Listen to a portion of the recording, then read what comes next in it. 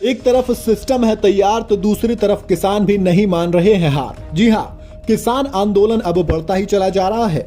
जहां एक तरफ सिस्टम ने पूरी तरह से बॉर्डर्स को सील कर दिया है तो दूसरी तरफ किसान भी हार नहीं मान रहे हैं। लेकिन इस जद्दोजहद के अंदर एक किसान और एक जीआरपी इंस्पेक्टर की मौत हो गई है, जिसकी वजह से ये आंदोलन अब दूसरी दिशा में बढ़ता नजर आ रहा है। अगर बात करूं बॉर्डर्स की, तो किसान के दिल्ली चलो आंदोलन मार्च की वजह से कुंडली बॉर्डर पर भारी सुरक्षा बल तैनात है। वहीं बहादुरगढ़ में सुरक्षा का पहरा और भी कड़ा कर दिया गया है। सेक्टर 9 मोड़ पर कंक्रीट के बैरिकेड की संख्या को बढ़ा दिया गया है। पहले बनाई गई 100 फीट लंबी और 5 फुट चौड़ी दीवार का दायरा अब और बढ़ा दिया गया है। दोपहर को इन्हें बड़े पत्थरों के बीच कंक्रीट भी डाल दिया जाएगा, जिसके बाद ये सुरक्षा का जो घेरा है और भी ज्यादा कड़ा हो जाएगा। अगर बात करूं किसानों की, तो किसान अपनी कुछ मांग लेकर दिल्ली चलो का नारा लेकर शुरू हुए थे और भारत बंद का ऐलान भी किया गया। लेकिन इन सब से अलग सबसे खास बात है वो ये कि वार्ता लगातार जारी है। किसान संगठन आंदोलन उसके बीच बीच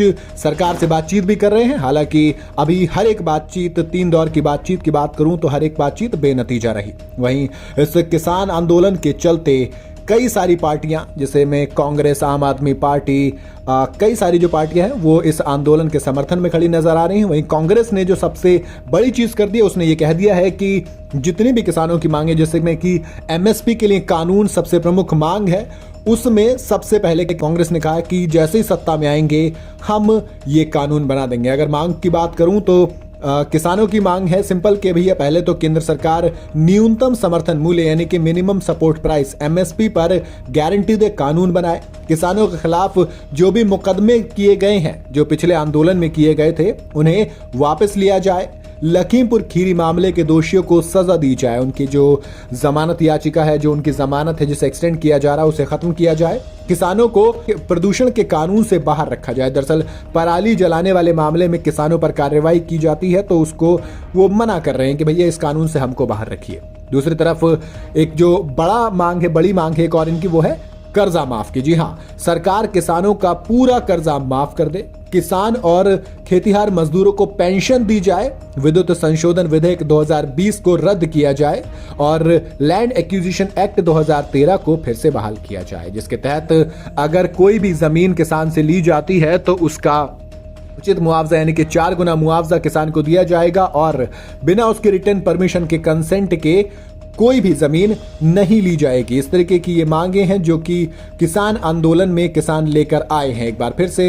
हालांकि जो पिछली मांगे थी वो 3 बिलों को लेकर जो आंदोलन हुआ था, वो बिल लंबा आंदोलन चला था, जिसके बाद बिल वापस ले लिए थे। ऐसे में ये देखना दिलचस्प होगा कि क्या कांग्रेस की तरह, कांग्रेस ने क्योंकि इस पे समर्थन दे दिया है, तो ऐसे में 2024 के लोकसभा इलेक्शन से पहले कांग्रेस को बीट करने के लिए, कांग्रेस के तोड़ निकालने के लिए केंद्र सरकार इसके लिए क्या करेगी, ये भी एक बड़ा सवाल है। आपको क्या लगता है, क्या कांग्रेस ने जिस तरह से फ्रंट फुट पर आकर किसानों की मदद का ऐलान कर दिया, किसानों के समर्थन में खड़े आए, राहुल गांधी ने किसानों से बात की, फोन पर बातचीत का वीडियो सोशल मीडिया पर आया और उसके बाद केंद्र सरकार, हालांकि तो मंत्री हैं अर्जुन मुंडे, वो कह रहे हैं कि बातचीत सकारात्मक दिशा में चल रही है, अगली बातचीत रविवार को की जाएगी, शाम को की जाएगी।